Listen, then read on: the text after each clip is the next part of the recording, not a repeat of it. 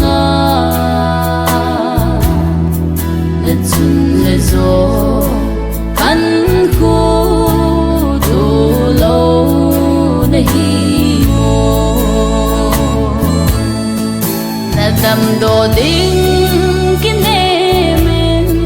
hey phung ka son we hospital zonin in la tong don pi ding vei zin ku gem nong abang hi lung don san khu a so ne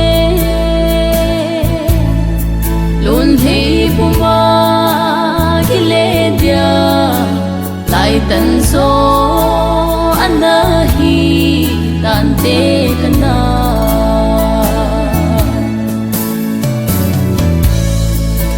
na pu na tong do ne hau ne hin do no i ding a na tong do lo hai mo na long dang sa na ki bom sa zing hitai mo ka ve zo po ka pum ana ko na hi na dam do ding kin em hey phung ka son we hospital zonin in la tong don pi ding vei zin ku gem nong abang hi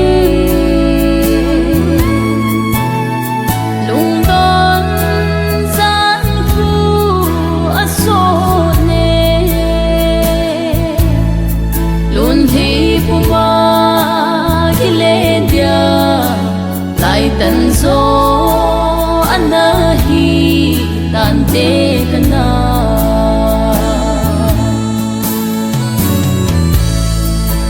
lung lai ya mang pon te na tan ni khu chu kam cheng khat a zong nei vai la lo ba ka hung lun ding song a lo wa tan nahi lung don gian ko ba mom lun hi căng zo lo na dam do ding kin em hey phung ka son we hospital zonin in la tong don pi ding vei zin ku gem nong abang hi lung don san khu a so ne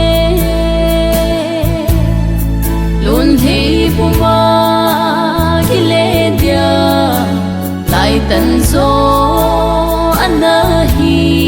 tan te kana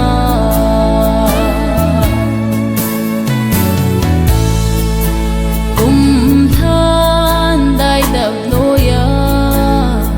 kanao mong mo hi o tho kin ni khu ting chu le ban mo a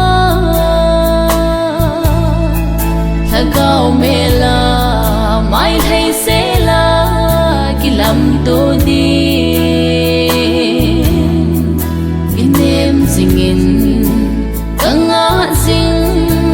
sing u ve bo na dam do ding kin em hey phung ka son we hospital zonin in la tong do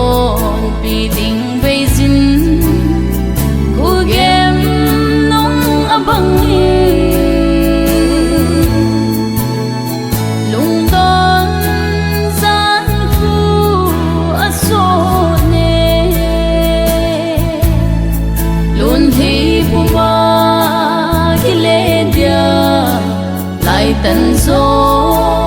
anahi tan te kana